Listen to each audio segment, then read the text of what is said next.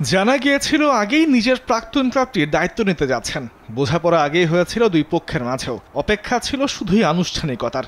এবার সেই কাজটাই করল সান্তিয়াগো বার্নাব্যু কর্তৃপক্ষ। কার্লোস আনচেলত্তির স্থলাভিষিক্ত হবার আনুষ্ঠানিক ঘোষণা দিল রিয়াল মাদ্রিদ। আগামী ৩ বছরের জন্য গাঁটছড়া বাঁধা হলো জাভি অ্যালোনসোর সঙ্গে। সোমবার প্রধান কোচ হিসেবে আনুষ্ঠানিকভাবে সান্তিয়াগো বার্নাব্যুতে হাজার সমর্থকদের সামনে নতুন ভূমিকায় পরিচয় করিয়ে দেওয়া হবে জাভিকে।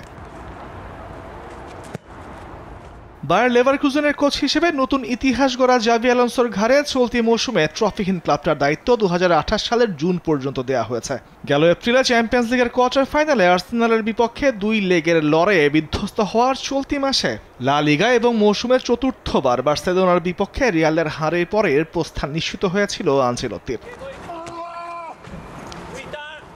বাকি ছিল কেবল শূন্যস্থান পূরণে জাভি অ্যালোনসোর গ্যালাক্টিকোদের ডেরায় আসার চূড়ান্ত খবর। লা লিগা ৩৮ ম্যাচে ৮৪ পয়েন্ট নিয়ে রানার্স আপ হওয়া Real Madrid Copa del Rey Spanish super কাপের ফাইনালেও চিরপ্রতিদ্বন্দ্বীদের বিপক্ষে হেরে শিরোপা হাতছাড়া করে। এমন শিরোপা শূন্য মৌসুম কাটিয়ে নতুন উদ্যমে ঘুরে দাঁড়ানো খুবই চ্যালেঞ্জিং, আর এজন্য খুব বেশি সময় পাচ্ছেন না এই নয়া কোচ।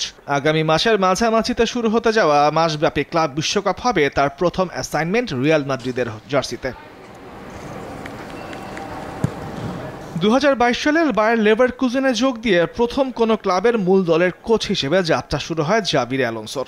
ছন্নছাড়া দলকে পরের মৌসুমে বুন্দেসলিগার ইতিহাসের প্রথম ক্লাব হিসেবে অপরাজিত থেকে শিরোপা এনে দেন রিয়ালের এই সাবেক মিডফিল্ডার। ওই মৌসুমে জার্মান কাপও জিতেছিল লেভারকুজেন, অপরাজিত থেকে উঠেছিল ইউরোপা লিগের ফাইনালেও। সব প্রতিযোগিতা মিলিয়ে সেবার ইউরোপিয়ান রেকর্ড টানা ৫১ ম্যাচ অপরাজিত ছিল অ্যালোনসোর লেভারকুজেন দলটা। এবার জাভির সামনে ইউরোপের সফলতম ক্লাবকে আরও একবার সাফল্যের পথে ফেরানোর চ্যালেঞ্জ, যে পথে নিজে হেঁটে এসেছেন তিনি বহুবার।